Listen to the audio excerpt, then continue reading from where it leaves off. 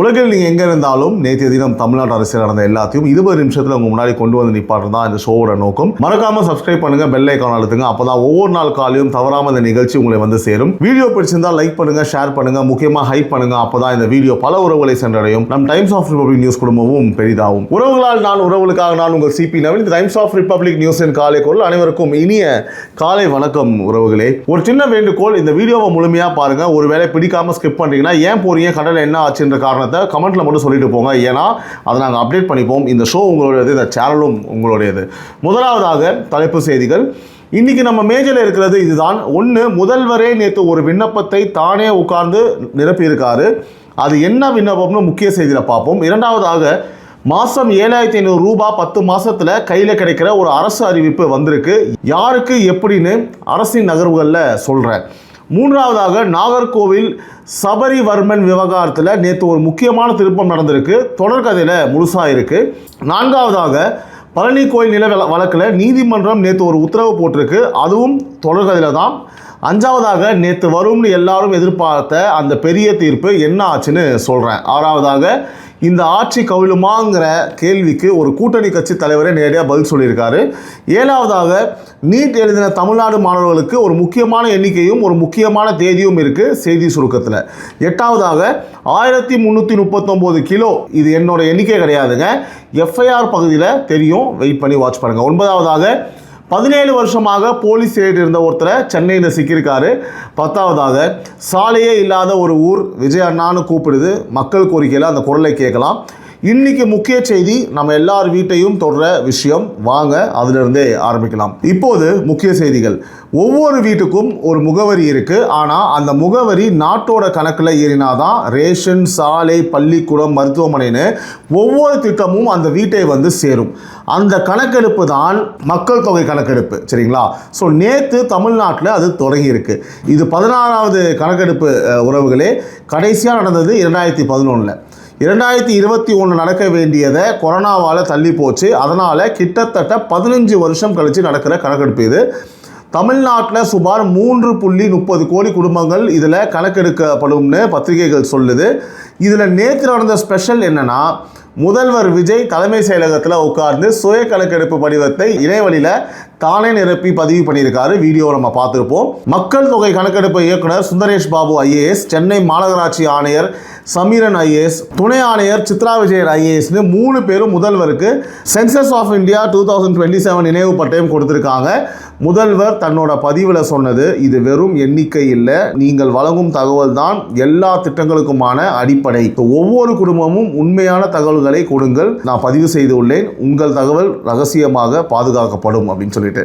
So இப்போ உங்களுக்கு தேவையான நடைமுறை தகவல், இதை கவனமாக கேளுங்க. நீங்களே வீட்டில் இருந்தே பதிவு பண்ணலாம். இதுக்கான அதிகாரப்பூர்வ இணையதளம் se.census.gov.in இந்த ஸ்க்ரீனில் போட்டிருப்பாங்க. ஸோ நோட் பண்ணிக்கோங்க. ஜூலை 31க்குள்ளே பதிவு பண்ணணும். எப்படி பண்ணுறதுனா, தளத்துக்கு போய் மாநிலம் செலக்ட் பண்ணணும், கேப்சா போட்டு குடும்ப தலைவரோட மொபைல் எண் கொடுத்து ஓடிபி வரும். அப்புறம் 33 கேள்விகளுக்கு பதில் சொல்லணும். வீடு எந்த மாதிரி கட்டப்பட்டிருக்கு, எத்தனை அறை, குடிநீர், அப்புறம் கழிப்பறை, இப்படி அன்றாட விஷயங்கள் தான். கடைசியில் மேப்பில் உங்கள் வீட்டை பின் பண்ணி சேவ் பண்ணணும். உடனே 11 இலக்க எண் 1 எஸ்எம்எஸில் வரும். அந்த எண்ணை பத்திரமா வச்சுக்கோங்க. ஸோ ஆகஸ்ட் 1 இருந்து வீடு வீடாக வர கணக்கெடுப்பு பணியாளர்கிட்ட அந்த எண்ணை காட்டினா போதும், உங்கள் பதிவு உறுதியாயிடும். ஒரு முக்கியமான எச்சரிக்கை, தவறான தகவல் கொடுத்தா 1000 ரூபாய் வரைக்கும் அபராதம் விதிக்க வாய்ப்பு இருக்குது. அதனால் இருக்கிறத இருக்கிற மாதிரி சொல்லுங்கள். வீடே இல்லாதவங்களையும் அவங்க இருக்கிற இடத்தோட அடையாளத்தோட கணக்கெடுப்பாங்க. ஸோ யாரும் விடப்பட மாட்டாங்க. இன்னொரு விஷயம், சாதிவாரி கணக்கெடுப்பு 2ஆம் கட்டத்தில் வரும்னு தகவல் வருது. இது இப்போதைக்கு தகவல் அளவில் தான் இருக்குது. அதிகாரப்பூர்வ அறிவிப்பு வந்ததும் நானே உங்கள்கிட்ட சொல்கிறேன். முதல்வரே உட்கார்ந்து படிவம் நிரப்புறது ஒரு மெசேஜுங்க. நம்ம வீட்டோட முகவரி நாட்டோட கணக்கில் ஏறட்டும். இன்றைக்கே 15 நிமிஷம் ஒதுக்கி பதிவு பண்ணுங்கள் உறவுகளே. இந்த ஷோ முடிஞ்சதுக்கப்புறம் கூட பண்ணிவிடுங்க. கமெண்டில் பண்ணுங்கள், இதை நான் பண்ணிட்டேன்னு சொல்ல ரொம்ப சந்தோஷப்படுவேன். அடுத்தபடியாக செய்தி சுருக்கம். நேற்றைய மற்ற முக்கிய செய்திகளை வேகமாக பார்க்கலாம். நீட் முடிவுகள், தமிழ்நாட்டு எண்ணிக்கை. இந்த வாரம் வெளியான நீட் முடிவுகள் பற்றி நேற்று விரிவான தகவல் வந்திருக்கு. தமிழ்நாட்டில் 1,42,000 பேர் விண்ணப்பிச்சாங்க. 1,08,601 பேர் தேர்வு எழுதினாங்க. 61,306 பேர் தேர்ச்சி பெற்றிருக்காங்க. போன வருஷம் 76,181 பேர் தேர்ச்சி ஆயிருக்காங்க. அதாவது இந்த வருஷம் 18,875 பேர் குறைவு உறவுகளே. ஸோ தேசிய அளவில் 20 லட்சம் பேர் எழுதி 11 லட்சம் பேர் தேர்ச்சி ஆயிருக்காங்க. கட் ஆஃப் மதிப்பெண்கள் கணிசமாக உயர்ந்திருக்கிறதுனால கல்லூரி வாரியான கட் ஆஃப் 33 முதல் 40 மதிப்பெண் வரைக்கும் உயரலாம்னு நீட் பயிற்சி நிபுணர்கள் கணிக்கிறாங்க. முக்கியமான தேதி மருத்துவ கலந்தாய்வு விண்ணப்பத்துக்கு கடைசி தேதி ஜூலை 23 மாலை 5 மணி. இதுவரை 41,000 பேர் விண்ணப்பிச்சிருக்காங்க. வீட்டில் நீட் எழுதின பிள்ளைங்க இருந்தால் இந்த தேதியை மறந்துடாதீங்க. அடுத்தபடியாக ஆட்சி கவுளுமா திருமாவளவன் பதில். வியாழக்கிழமை மாலை நடந்த செய்தியாளர் சந்திப்பில் விசிக தலைவர் திருமாவளவன் ஒரு தெளிவான பதில் சொல்லியிருக்காரு. தாவேக அரசு 5 ஆண்டுகள் நீடிக்கும், இது மக்களின் கட்டளை, ஆட்சி கவிழ்வதற்கு எந்த முகாந்திரமும் இல்லை என்று நான் பெரிதும் நம்புகிறேன். இது அவரோட வார்த்தைகள். கூடவே கூட்டணி கட்சி என்ற முறையில் 2 கோரிக்கைகளையும் வச்சிருக்காரு. நவோதயா பள்ளி விஷயத்தில் அரசு உறுதியான நிலைப்பாடு எடுக்கணும். 14-15 பல்கலைக்கழகங்களில் காலியாக இருக்கிற துணைவேந்தர் பதவிகளை சீக்கிரம் நிரப்பணும். ஸோ ஆதரவும் சொல்கிறாரு, கேள்வியும் கேட்குறாரு. இதுதான் ஆரோக்கியமான கூட்டணி நான் பார்க்குறேன். அரசு இதுக்கு என்ன பதில் சொல்லுதுன்னு நம்ம ஃபாலோ பண்ணுவோம். அடுத்தபடியாக வைகோவோட 2 பேரும் தவறு கடிதம். மதிமுக பொதுச்செயலாளர் வைகோ தன்னோட தொண்டர்களுக்கு எழுதின கடிதத்தில் என் வாழ்க்கையில் 2 பேரும் தவறுகள். 2006 அதிமுக கூட்டணியும் 2017 திமுக கூட்டணி எழுதியிருக்காரு. 2026 தேர்தலில் 4 இடம் மட்டும், அதுவும் உதயசூரியன் சின்னத்தில் தான் போட்டின்னு திமுக நிபந்தனை போட்டதையும் கடிதத்தில் குறிப்பிட்டிருக்காரு. ஒரு தெளிவு. நேற்று வைகோ முதல்வரை சந்திச்சாரேன்னு கொஞ்ச நேரத்தில் சொல்ல போறேன். அது தலைமை செயலகத்தில் நடந்த மரியாதை சந்திப்பு. இந்த கடிதம் அதுக்கு முன்னாடியே அவரோட கட்சி தொண்டர்களுக்கு எழுதப்பட்டது. ஸோ 2ஐயும் நம்ம குழப்பிக்க வேண்டாம். அடுத்தபடியாக விசிக மாநாட்டில் திருமாவுரை. மதுரையில் நடந்த கட்சி நிகழ்ச்சியில் எத்தனை சுனாமி வந்தாலும் சேதப்படாத கட்சி விசிகான உணர்ச்சி பூர்வமாக பேசியிருக்காரு. இது ஒரு வரி தகவல் மட்டும்தான். அடுத்த செய்தி, ஆம்ஸ்ட்ராங் வழக்கு சிபிஐ விசாரணைக்கு வழி. பகுஜன் சமாஜ் கட்சியோட முன்னாள் மாநில தலைவர் ஆம்ஸ்ட்ராங் கொலை வழக்கை சிபிஐக்கு மாற்றி சென்னை உயர்நீதிமன்றம் போன வருஷம் உத்தரவு போட்டது. அதை எதிர்த்து அப்போதைய திமுக அரசு உச்சநீதிமன்றத்தில் மேல்முறையீடு பண்ணியிருந்தது. இப்போ தாவேக அரசு அந்த மனுவை திரும்ப பெற்றிருக்கு. சிபிஐ விசாரிக்கிறதுல எங்களுக்கு ஆட்சேபனை இல்லைன்னு தெரிவிச்சிருக்கு. இது பத்திரிகைகளில் வந்திருக்க தகவல். இதோட சிபிஐ விசாரணைக்கு இருந்த தடை விலகுகிற நிலை உருவாகியிருக்கு. அடுத்ததாக கீழடி அறிக்கை புது அரசோட நகர்வு. கீழடி அகழாய்வு பற்றின அறிக்கை 3.5 வருஷமாக மத்திய அரசுக்கு நிலுவையில் இருக்கு. 2023 ஜனவரியில் தொல்லியல் ஆய்வாளர் அமர்நாத் ராமகிருஷ்ணன் சமர்ப்பித்த அந்த அறிக்கையை தொன்மையை நிரூபிக்க அறிவியல் ஆதாரம் போதாதுன்னு மத்திய தொல்பொருள் துறை நிராகரிச்சிருந்தது. இப்போ தமிழ்நாடு அரசு அறிக்கையை வெளியிடுவாங்களா இல்லையான்னு தெளிவுபடுத்தும்படி மத்திய ஏஎஸ்ஐ கிட்ட நேரடியாக கோரிக்கை வைக்க முடிவு பண்ணியிருக்கு. ஸோ தமிழர் வரலாற்றோட முகவரி கேள்வி இது. இதையும் நம்ம ஃபாலோ பண்ணுவோம். அடுத்ததாக சீமான் இடைத்தேர்தல் அறிவிப்பு. தன்னோட தந்தையோட 30ஆம் நாள் நிகழ்வில் நாம் தமிழர் கட்சியின் ஒருங்கிணைப்பாளர் திரு சீமான் அவர்கள் உணர்ச்சிகரமாக பார்த்தீங்கன்னா ஒரு அறிவிப்பு சொல்லியிருக்காரு. அப்பா தோல் தட்டி இந்த இடைத்தேர்தலில் நின்னாவது உள்ளே போயிடணும்னு ஆசைப்பட்டார், உறுதியாக போயிடப்பான்னு அரங்கிலேயே சொல்லியிருக்காரு. ஸோ எந்த தொகுதின்னு அவர் சொல்லலை, அறிவிப்பு வந்ததும் நான் சொல்கிறேன். அடுத்ததாக காங்கிரஸில் இருந்து தாவேகாவுக்கு. காங்கிரஸ் முன்னாள் செய்தி தொடர்பாளர் SRS இப்ராஹிம் அமைச்சர் ஆனந்த் முன்னிலையில் தாவேகாவில் இணைஞ்சிருக்காரு. 60 நாளில் லஞ்சத்தை கட்டுப்படுத்தி நேர்மையான நிர்வாகம் நடத்துகிறாங்க, சிறுபான்மையினரை நலன் பாதுகாக்கிற மக்கள் மாநில அரசுன்னு காரணம் சொல்லியிருக்காரு. இது அவருடைய கருத்துங்க. ஸோ அடுத்து முதல்வர் விடுதி ஆய்வு, மாணவர்கள் நேரடி குரல். செமையான சம்பவம் நடந்திருக்கு. சைதாப்பேட்டை MG ராஜா மாணவர் விடுதிக்கு முதல்வர் திடீர்னு போன ஆய்வோட தொடர்ச்சியாக ஊடகங்களில் வெளியான காட்சிகளில் மாணவர்கள் நேரடியாக முதல்வர்கிட்டயே முறையிட்டு இருக்காங்க. சாப்பாடு வாயில் வைக்க முடியல அப்படின்னு உணவு தரம் பற்றியும் 4 ரூபாய் பழைய கட்டண தகராறு பற்றியும் ஊழியர்கள் இழிவாக பேசுகிறாங்கன்னு சொல்லியிருக்காங்க. முதல்வர் அப்போவே அதிகாரிகளுக்கு உணவு தரத்தையும் ஊழியர் இடத்தையும் சரி பண்ண கடும் உத்தரவு போட்டிருக்காரு. நல்ல விஷயம். குறைய மாணவர்கள் நேரடியாக சொன்னாங்க, உத்தரவும் உடனே வந்துச்சு. இனி விடுதியில் சாப்பாடு நிஜமாகவே சரியாகதான்னு நம்ம பார்க்க தான் போகிறோம். இதை நிச்சயமாக ஃபாலோ பண்ண தான் போகிறோம். நம்மளே போய் பார்த்து அந்த பசங்க திரும்பவும் கேட்டு நம்ம இந்த விஷயத்தை பண்ணியே ஆகணுங்க. அடுத்தபடியாக சட்டக்கல்லூரி சேர்க்கை ரத்து. நெல்லை, குமரி, தூத்துக்குடி சட்டக்கல்லூரிகளில் ஏற்கனவே அனுமதித்த கூடுதல் மாணவர் சேர்க்கையை அம்பேத்கர் சட்ட பல்கலைக்கழகம் திரும்ப பெற்று ரத்து பண்ணியிருக்கு. காரணம் அறிவிப்பில் சொல்லப்படலைங்க. அடுத்த பகுதி முதல்வர் இன்று. நேற்று தலைமை செயலகத்தில் முதல்வரோட நாள் எப்படி இருந்துச்சுன்னு அரசு ஆவணங்கள் அடிப்படையில் பார்ப்போம். நேற்றைய பெரிய நிகழ்வான சுய கணக்கெடுப்பு பதிவை முக்கிய செய்தியில் நம்ம முழுசாக சொல்லிட்டேன். அது தவிர நேற்று என்ன நடந்தது அப்படின்றத சொல்கிறேன். வைகோ மரியாதை சந்திப்பு. மதிமுக பொதுச் செயலாளர் வைகோ முதல்வரை சந்தித்து பேசினார். புத்தக பரிசு பரிமாற்றமும் நடந்திருக்கு. இது மரியாதை சந்திப்பு. இதுக்கு அரசியல் அர்த்தம் எதுவும் நான் கற்பிக்கலை, நீங்களும் கற்பிக்க வேண்டாம். அடுத்ததாக மத்திய இணையமைச்சர் சந்திப்பு. சமூக நீதி மற்றும் அதிகாரமளித்தல் துறை மத்திய இணையமைச்சர் ராம்தாஸ் அத்வாலே முதல்வரை மரியாதை நிமித்தமாக சந்தித்தார். அடுத்து யூனிசெஃப் குழு சந்திப்பு. யூனிசெஃப் இந்திய பிரதிநிதி சிந்தியா மெக்காஃப்ரே தலைமையிலான குழு முதல்வரை சந்தித்து பேசிச்சு. த சோல் ஆஃப் யூனிசெஃப் புத்தகத்தை பரிசாக கொடுத்துருக்காங்க. அடுத்து டெல்டா எலக்ட்ரானிக்ஸ் தலைவர் சந்திப்பு. தாய்வானை சேர்ந்த மின்னணு உற்பத்தி நிறுவனமான டெல்டா எலக்ட்ரானிக்ஸ் இந்தியாவோட தலைவர் பெஞ்சமின் லின் முதல்வரை பார்த்தீங்கன்னா சந்தித்து பேசினார். முதல்வர் அவருக்கு திருக்குறளோட ஆங்கில மொழிபெயர்ப்பு நூலை பரிசாக கொடுத்துருக்காரு. சந்திப்பில் என்ன பேசுனாங்கிறது அறிவிப்பில் பார்த்தீங்கன்னா சொல்லலை. ஸோ முதலீடு தொடர்பான அறிவிப்பு ஏதாவது வந்தால் உங்கள்கிட்ட நான் சொல்கிறேன். இரண்டாவதாக 2 துறை ஆய்வுக் கூட்டங்கள் நடந்துச்சு. தமிழ் வளர்ச்சி மற்றும் செய்தித்துறை திட்டங்கள் குறித்து ஆய்வுக் கூட்டம் ஒன்று. அமைச்சர்கள் ராஜ்மோகன், மரியா வில்சன், தலைமை செயலாளர் சாய்குமார், IAS உட்பட உயர் அதிகாரிகள் பங்கேற்பு. அப்புறம் வீட்டு வசதி மற்றும் நகர்ப்புற வளர்ச்சித்துறை ஆய்வுக் கூட்டம். அமைச்சர் ப. ராஜ்குமார் தலைமையில் அதிகாரிகள் பங்கேற்பு. புது அரசு துறை வாரியாக ரிவ்யூ போட்டு வருது. ஸோ இந்த கூட்டங்களில் என்னென்ன அப்டேட் கொடுக்குறாங்கன்றதை நம்ம ப்ராப்பராக நம்மளுக்கு பார்த்தீங்கன்னா DIPRலையோ இல்லை அரசு தரவுகளில் வந்ததுக்கப்புறம் நான் உங்களுக்கு சொல்கிறேன். அடுத்து தாவேகா அரசின் நகர்வுகள். நேற்று அரசு தரப்பில் வந்த முக்கிய அறிவிப்புகள். 1, UPSC ஊக்கத்தொகை திட்டம். இது இளைஞர்களுக்கான பெரிய அறிவிப்பு. UPSC சிவில் சர்வீசஸ் தேர்வுக்கு தயாராகிற தமிழ்நாட்டு மாணவர்கள் 1000 பேருக்கு மாதம் 7500 ரூபாய் வீதம் 10 மாதத்துக்கு ஊக்கத்தொகை கொடுக்க அரசு அறிவிச்சிருக்கு.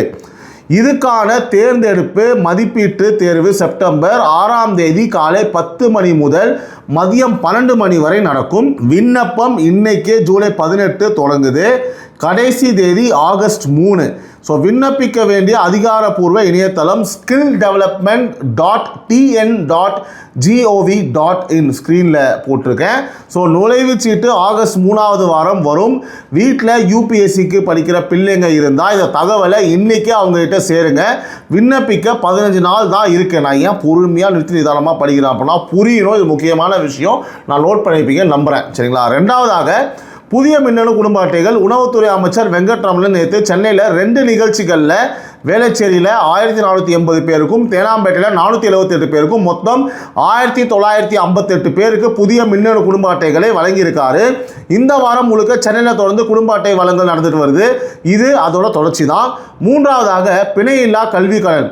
உயர்கல்வித்துறை அமைச்சர் விஸ்வநாதன் ஒரு முக்கிய அறிவிப்பு பண்ணியிருக்காரு. பொறியியல், வேளாண் தொழில்நுட்பம், கலை மற்றும் அறிவியல் கல்லூரி மாணவர்கள் எந்த பிணையும் இல்லாமல் கல்வி கடன் வாங்க ஒவ்வொரு மாவட்டத்துக்கும் ஒரு ஒருங்கிணைப்பு அலுவலர் நியமிக்கப்படுறாங்க.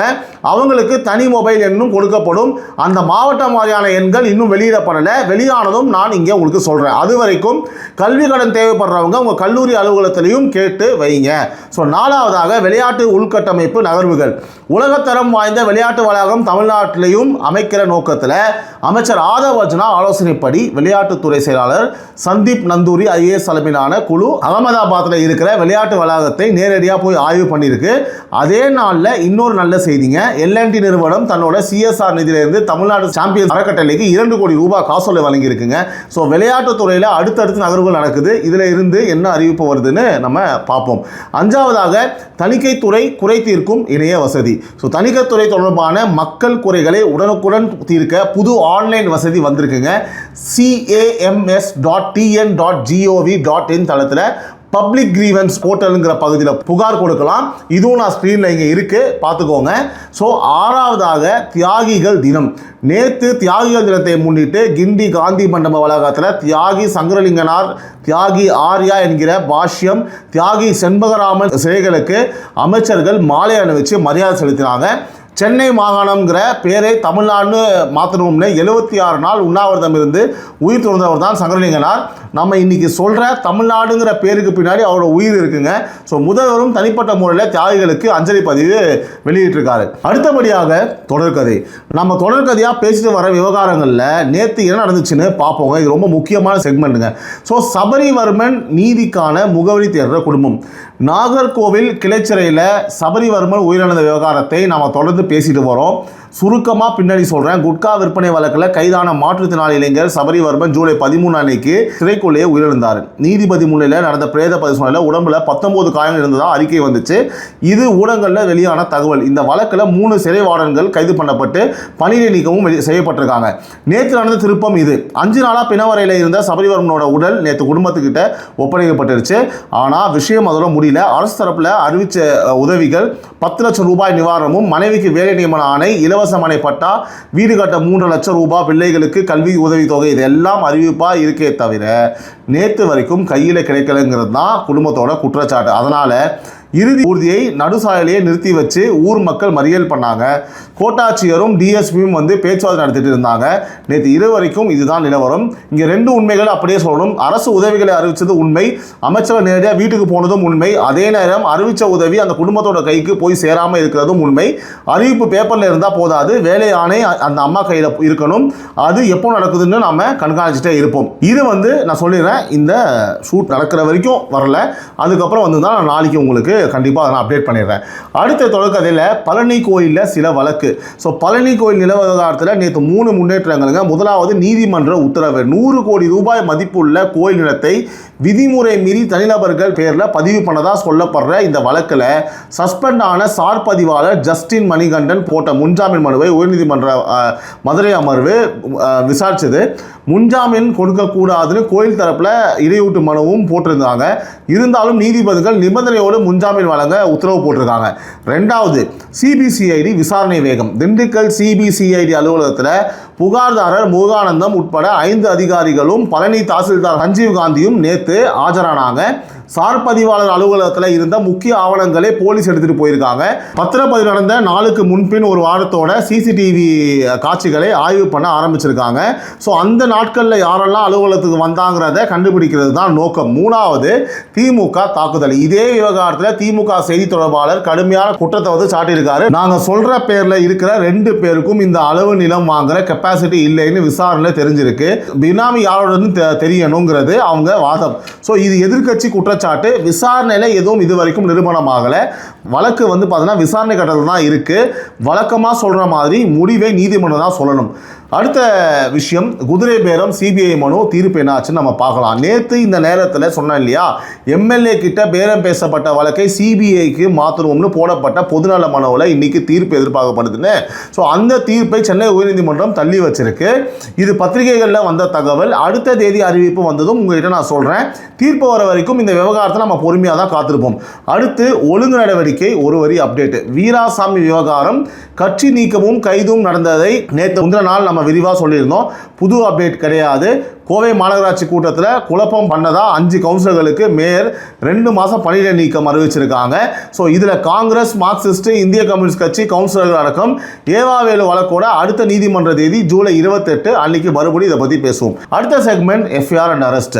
ஸோ நான் எப்பவுமே சொல்றது போல இந்த தகவல் எல்லாமே நம்மளுக்கு அதிகாரப்பூர்வமான கமிஷனர் ஆஃபீஸ் டேட்டா, அதுலேருந்து நம்ம ப்ரெஸ் ரிலீஸ் டேட்டாவில் இருந்தால் நம்ம இதை சொல்கிறோம். முதல் செய்தி, 1339 கிலோ கஞ்சா அளிப்பு. தலைப்பில் சொன்ன அந்த எண்ணிக்கை இதுதான். மேலேயே சொன்னேன் இல்லையா, சென்னை மாநகர காவல் நிலையங்களில் போதைப் பொருள் தடுப்பு சட்டத்தில் பதிவான 574 வழக்குகளில் பறிமுதல் பண்ணப்பட்ட மொத்தம் 1339.39 கிலோ கஞ்சா செங்கல்பட்டு தென்மேல் பாக்கத்தில் இருக்கிற அங்கீகரிக்கப்பட்ட மையத்தில் அறிவியல் முறைப்படி எரித்து அளிக்கப்பட்டிருக்கு.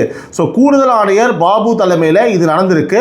ஒரு தெளிவுங்க, இது புது கைது இல்லை, ஏற்கனவே பிடிப்பட்ட வழக்குகளில் இருந்த கஞ்சாவை அளிக்கிற நிகழ்வு. அதாவது பறிமுதல் பண்ணால் மட்டும் போதாது, அது திரும்ப சந்தைக்கு போகாமல் அளிக்கப்படணும் இல்லையா, அந்த வேலை நடந்திருக்கு. அதனால தான் நான் முக்கிய செய்தியாக சொல்கிறேன். 2வது ஒரு செய்தி, 17 வருஷ தலைமறைவுக்கு ஒரு முடிவுங்க. 2008 அடையாறு நடந்த சொத்து மோசடி வழக்கு, போலி ஆவணங்களும் ஆள் மாறாட்டமும் பண்ணி இன்னொருத்தரோட சொத்தை அபகரிக்க முயற்சி நடந்த வழக்கு. இதில் குற்றம் சாட்டப்பட்ட ஒருத்தர் 2009 இருந்து 17 வருஷமாக தலைவருமாக இருந்திருக்காரு. நீதிமன்ற பிரியாணை நிலுவையில் இருந்த நிலையில் சிசிபி தனிப்படை அவரை நேற்று முதல் நாள் வந்து பார்த்தா கைது பண்ணி சிறையில் அடைச்சிருக்காங்க.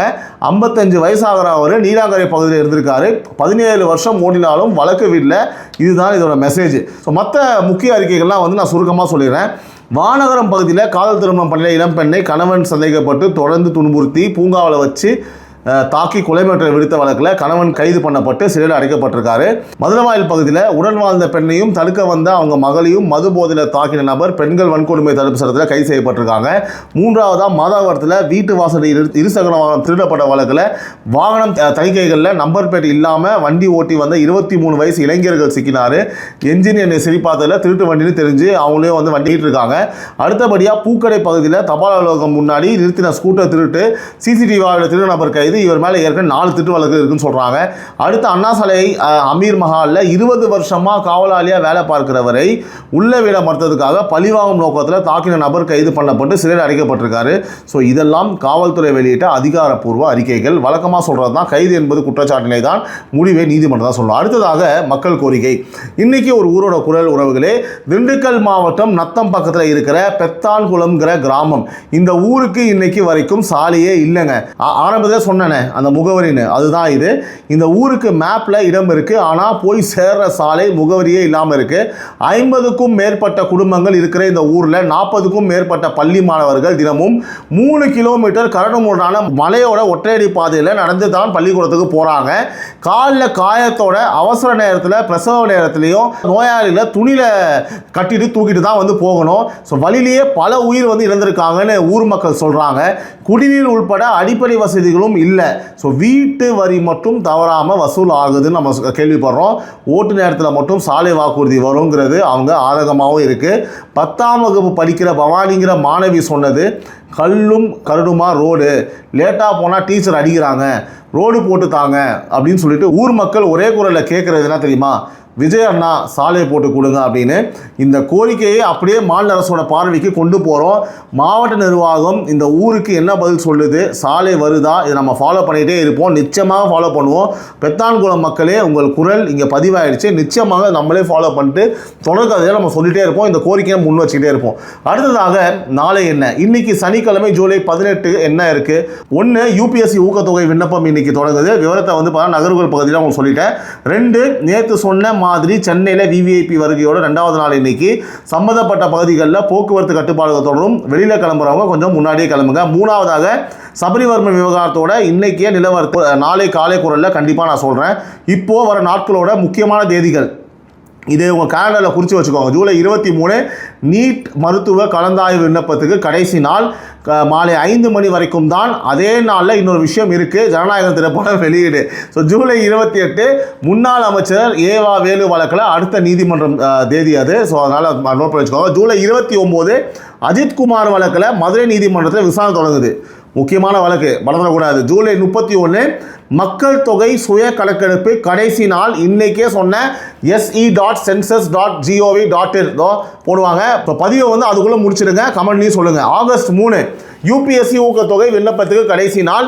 ஆகஸ்ட் முதல் வாரம் தமிழ்நாடு அரசோட முழு பட்ஜெட் தாக்கல் எதிர்பார்க்கப்படுகிறது. ஆகஸ்ட் 16 காமராஜர் பிறந்தநாள், கல்வியை கொண்டாடுவோம் மாணவர் போட்டிகளுக்கு கடைசி நாள். சொல்லியிருந்தேன்ல அந்த முக்கியமான போட்டிகள் விஷயம் நம்ம பேசியிருப்போம் காலை குரலில். ஸோ செப்டம்பர் 6 UPSC ஊக்கத்தொகை மதிப்பீட்டுக்கு தேர்வு நடக்கிற நாள்.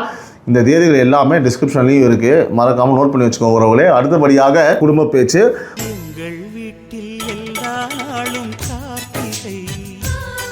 உறவுகளே, நான் ஒரு விஷயம் ரொம்ப முக்கியமாக சொல்ல போகிறேன், தெளிவாக கேட்டுக்கோங்க.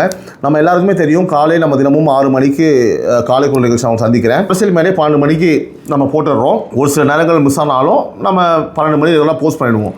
இப்போது ஒரு முக்கியமான பதிவு, இந்த உறவுகளின் குரல் அப்படின்ற ஒரு நிகழ்ச்சி நம்ம சனிக்கிழமை 5 மணி, ஞாயிற்றுக்கிழமை 5 மணி நம்ம சொல்லியிருக்கோம். சனிக்கிழமை வந்து பார்த்தீங்க அப்படின்னா உறவுகள் நானும், நான் உங்களுக்கு ஏற்கனவே சொல்லியிருக்கேன் இல்லையா? ஸோ இதில் உறவுகளின் குரல் நிகழ்ச்சியில் எனக்கு ஒரு சின்ன விஷயம், மக்கள் அதாவது என்னோடய உறவுகள் வந்து வாய்ஸ் நோட்டில் அனுப்பிச்சிருக்காங்க, வாட்ஸ்அப்பில் அனுப்பிச்சிருக்காங்க. என்னன்னு கேட்டிங்கன்னா, அவங்க எனக்கு பாவம் திங்கக்கிழமை அனுப்புகிறாங்க, செவ்வாய்க்கிழமை அனுப்புகிறாங்க. நான் ஒவ்வொன்றையும் கேட்குறேன். நான் வந்து பார்த்தீங்கன்னா அதை எடிட் பண்ணி போட்டு பேசி நான் ஞாயிற்றுக்கிழமை போஸ்ட் பண்ணி அதை அவங்க பார்த்து எல்லாத்துக்கும் அனுப்பிச்சு, எனக்கு என்னமோ அதில் வந்து பார்த்தீங்கன்னா ரொம்ப டிலே. ஏன்னா சில பேர்லாம் எனக்கு அனுப்புகிறாங்க. நான் ஒரு உறவுகளை படித்தா ஒரு போக்சோ வழக்கில் நடவடிக்கை எடுக்க மாட்டுறாங்க போலீஸ். நான் ஒன்று படித்தேன், நான் பேர் சொல்ல விரும்பலை, எனக்கு அவர் அனுப்பிச்சிருந்தாங்க. அதெல்லாம் வந்து பார்த்தீங்கன்னா உடனடியாக அவங்ககிட்ட பேசி உடனடியாக அதை வந்து நம்ம நியூஸ் கார்டு போட்டு நம்மளுடைய ஃபேஸ்புக், இன்ஸ்டாகிராம், யூடியூப்பில் ஒரு ஷார்ட்ஸ் 2 நிமிஷம் 3 நிமிஷம் தான் பேசுகிறாங்க, நம்ம உடனே அதை நியூஸாக கன்வெர்ட் பண்ணணுன்றது தான் இப்போ நம்ம நோக்கமாக இருக்குது. ஸோ அது வந்து பார்த்தீங்கன்னா நம்மளுடைய சொந்த இதுக்காக நம்ம சண்டே பிளான் பண்ணிட்டோம் 5 மணிக்கு தான் ஒரு ஃபுல் வீடியோவாக வரணுன்றதுலாம் அது கிடையாது. நோக்கம் என்னென்னா, என்னோட உறவுகள் அனுப்புகிற எந்த ஒரு வாய்ஸோடும் உடனடியாக அரசு கவனத்திற்கு செல்ல வேண்டும், அவங்களுக்கு ஒரு தீர்வு காண வேண்டும் என்பது தான் அந்த ஷோட நோக்கமே. அந்த நோக்கம் இங்கே வந்து ஏதோ டிலே ஆகிற மாதிரி தெரியறனால இனிமேல் இந்த நம்பர் நோட் பண்ணிக்கோங்க, 9884430900. சரிங்களா? இந்த நம்பர் உங்களுக்கு வந்து நான் சொல்லியிருக்கேன், இதுதான் வாட்ஸ்அப் நம்பர், உறவுகளின் குரலோட வாட்ஸ்அப் நம்பர். இதில் நீங்கள் அனுப்புகிற விஷயம் உடனடியாக அடுத்த நாளே நம்மளுடைய ஃபேஸ்புக், இன்ஸ்டாகிராம், ட்விட்டர், நம்ம யூடியூப்பில், நம்ம டாப் நியூஸ் யூடியூப்பில் எல்லாத்தையுமே வந்து பார்த்தோன்னா நியூஸாக நம்ம நியூஸ் கார்டு மாதிரி ஷார்ட்ஸில் போட்டுருவோங்க. அதில் உடனடியாக நம்ம போட்டு நம்ம வந்து சம்மந்தப்பட்ட ஆட்களுக்கு நம்ம டேக் பண்ணுறோம். ஸோ உடனடியாக இதுக்கான விஷயமும் நடந்துடும். இதுதான் வந்து ஒரு முக்கியமான விஷயம் சொல்ல நினச்சேன். இனிமேல் வந்து பார்த்திங்கன்னா ஸ்பெசிஃபிக்காக ஒரு ப்ரோக்ராமாக அது வேணாம், அது வந்து நோக்கம் கிடையாது. நம்மளுக்கு உடனே நம்மளுக்கு சொல்யூஷன் வேணும், உடனே இந்த அரசு கவனத்துக்கு செல்லணும், அதுதான் நோக்கம். அதனால் அது சேஞ்சு. அதுக்கு பதிலாக எப்பவும் போல் காலை குரல் 12 மணிக்கு அரசியல் மேடை வந்துடும். ஸோ இப்போ உங்களுக்கு எல்லாமே புரிஞ்சிருக்கும்னு நம்புகிறேன். உறவுகளின் குரல் இனிமேல் உங்களுக்கு ஞாயிற்றுக்கிழமை 5 மணி கிடையாது, ஷார்ட்ஸில் உடனடியாக அது போட்டு உங்களுக்கு வெளியிடப்படும். எல்லா பிளாட்ஃபார்ம்லையுமே நம்ம அதை போட்டுருவோம். நோக்கம் அதுதான். எப்பவும் போல் காலை 6 மணி காலை குரல், மதியம் 12 மணிக்கு அரசியல் மேடை, உறவுகளும் நானும் உங்கள் கேள்வி என் பதில். அது வந்து நான் சனிக்கிழமை 5 மணிக்கு, அதாவது இன்றைக்கி நான் சாயந்தரம் 5 மணிக்குன்னு சொல்லியிருக்கேன். அது வந்து பார்த்திங்கன்னா நாளை மதியம் 12 மணிக்கு உங்களுக்கு வரும். ஸோ மற்றபடி வேறு எதுவும் கிடையாது உறவுகளே. எப்போவுமே நான் சொல்கிறது தான், புதுசாக இந்த குடும்பத்துக்கு வந்திருக்கிறவங்க சப்ஸ்கிரைப் பண்ணுங்கள், பெல் ஐக்கான் அழுத்துங்க. இன்னும் நிறைய தேதிகளும் இணையதள முகவரிகளும் சொல்லியிருக்கேன், டிஸ்கிரிப்ஷன்லேயும் எல்லாத்தையும் போட்டிருக்கேன், அதெல்லாம் வந்து நோட் பண்ணிக்கோங்க. முழுசாக பார்த்த என் அன்பு உறவுகளுக்கு ரொம்ப ரொம்ப நன்றி.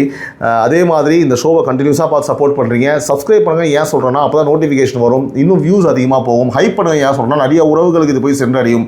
இது வந்து பியூர் ஒரு இன்ஃபர்மேட்டிவ் வீடியோ. நிறைய பேர் இந்த கமெண்ட்டில் வந்து பார்த்தீங்கன்னா நீங்கள் போடுறீங்க, ரொம்ப மனசு சந்தோஷமாக இருக்குது, ரொம்ப மோட்டிவேட் ஆகுது, இன்னும் இந்த வீடியோ கண்டினியூவாக பண்ணிட்டே இருக்குது. ஒரு நாள் கூட மிஸ் ஆகாது உறவுகளே. என்ன விஷயம் என்ன வேலையாக இருந்தாலும் 1 மணி 2 மணி நேரம் நாங்கள் பேசிட்டு தான் போகிறேன். இது உங்களுக்காக மட்டும்தான். ஸோ சப்போர்ட் பண்ணுங்கள், வீடியோ ஷேர் பண்ணுங்கள், ஹைப் பண்ணுங்கள். அப்போ தான் எல்லாருக்குமே இந்த வீடியோ போய் சேரும். சப்ஸ்கிரைப் பண்ணாதான் திரும்ப இந்த வீடியோவை பார்ப்பீங்க.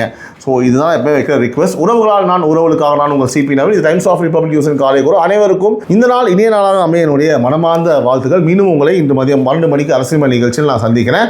அதே மாதிரி நாளை மதியம் 12 மணிக்கு உறவுகளும் நான் நிகழ்ச்சியில் சந்திக்கிறேன். உறவுகளின் குரல் அப்டேட் ஆகிட்டே இருக்கும். இனிமேல் அனுப்ப ரிலீஸ் ஆகும். Love you all, take care, bye bye, நன்றி, வணக்கம்.